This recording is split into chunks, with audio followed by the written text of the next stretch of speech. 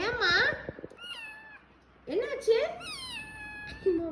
பாக்குறது குடுக்க மாட்டேங்கிறாங்களா அம்மா? அப்படியே குடுத்தா சாப்பிடுவீங்க. ஆமா, புள்ளைக்கு கண்ணு க்ளீன் பண்ணி விடுங்கப்பா.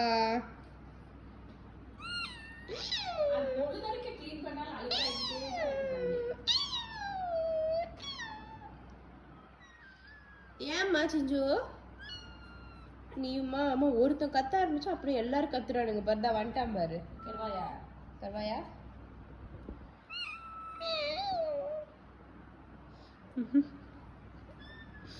அழகா இருக்கு. பாரு இப்பதான் நல்ல பிள்ளை. எப்படி போய் உட்காந்துட்டா பாருமா.